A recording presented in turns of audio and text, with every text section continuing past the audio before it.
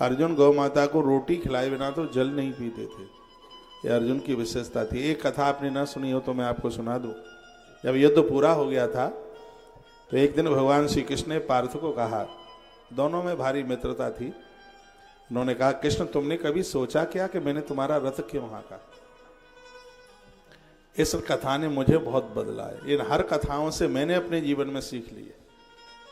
भगवान कृष्ण ने कहा, अर्जुन तुमने कभी सोचा कि मैंने तुम्हारा रथ क्यों हाँका?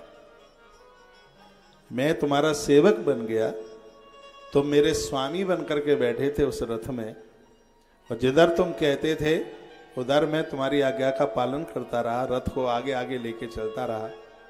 क्या तुमने कभी सोचा? अर्जुन ये मत सोच लेना कि तुम युधिष्ठिर राजा के भाई हो इसलिए मैंने तुम्हारा रथ हाँका हो। ये मत समझ लेना कि तुम पितामह के कुनबे में जन्मे हो इसलिए मैंने तुम्हारा रथ हाँका। और तुम ये भी मत समझ लेना कि तुम मेरी सगी कुंती बुआ के पुत्र हो इसलिए मैंने तुम्हारा रथ हाँका। और ये भी मत समझ लेना कि मेरी बहन द्रौपदी तुमसे ज्यादा स्नेह करती है इसलिए मैंने तुम्हारा रथ हाँका नहीं। और ये भी मत समझ लेना कि इस समय तुम दुनिया के श्रेष्ठ धनुर्धर हो इसलिए मैंने तुम्हारा रथ हाँका, ये भी नहीं था। सुनो अर्जुन, मैंने तुम्हारा रथ क्यों हाँका? भगवान कहते हैं कि एक दिन तुम्हारे पास एक ब्राह्मण रोता हुआ आया।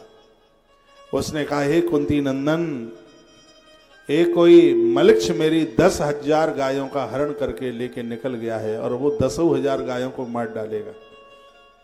शब्द सुनते ही तुमने अपनी गांडीव को उठाया। तुमने देर नहीं लगाई, ना किसी को तुमने पूछा। तुमने उन मलिक्षों के हाथ से उस ब्राह्मण की 10,000 गायों की रक्षा करी। तुमने एक भी गाय को मरने नहीं दिया। और अर्जुन सुनो, जो मेरी गाय की रक्षा करता है मैं उसका नौकर बन करके रहता हूँ। उसके जीवन की पतवार मेरे हाथ में होती है, मैं तो उसके माथे में दर्द नहीं होने देता। और याद रखना अर्जुन, मैंने तुम्हारे रथ में बैठ करके तुम्हारे रथ को हाँका, बस वो एक ही बात थी, तुम गौ भक्त हो। तुमने कभी गैया को रोटी खिलाए बिना तुमने कभी पानी नहीं पिया। तुम्हारी इस गौ भक्ति से मैं प्रसन्न हूं और इसलिए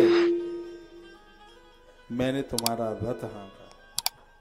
जो बात तुमने मुझे कही थी कि मुझे द्वारका की नारायणी सेना नहीं, मुझे द्वारका का नारायण चाहिए, तुम्हारी एक भाषा ने मुझे हमेशा के लिए तुम्हारा बना दिया है। कृष्ण रो पड़े।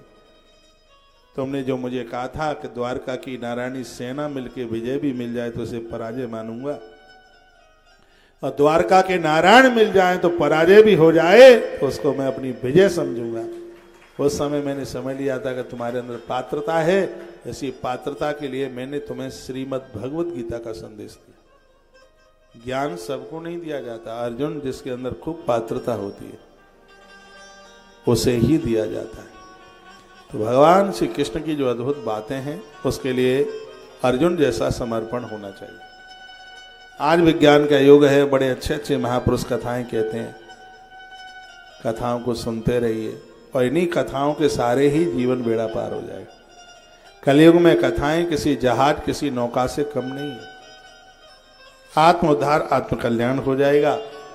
पांडवों के स्वर्गारोहण तक की कथाओं का वर्णन, परीक्षित का राज्य बड़ा